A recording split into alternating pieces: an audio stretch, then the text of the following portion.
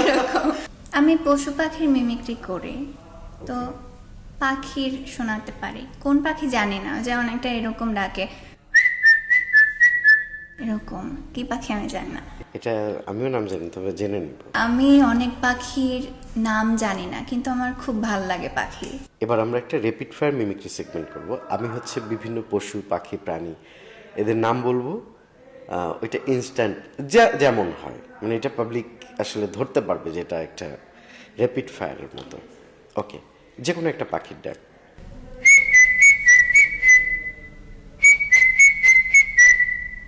কোকিল,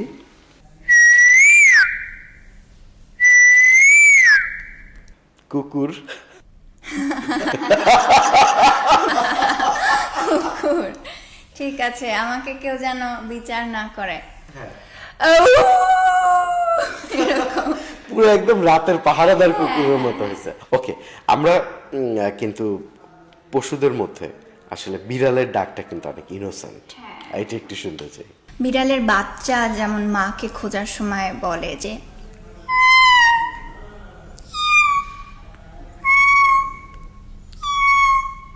এরকম করে। এবার আমরা একটা কাকের ডাক শুনতে চাই। হইছে হইছে কিন্তু। আচ্ছা, ঠিক আছে। এমন কোনো পাখি আছে যেটার ডাক তোমার ভীষণ পছন্দ? আমার ময়ূরের ডাক ভাল লাগে, কারণ ময়ূরের ডাকটা একটু অন্যরকম, আর আমিও করতে পারি, ওই জন্য ভাল লাগে। প্লিজ।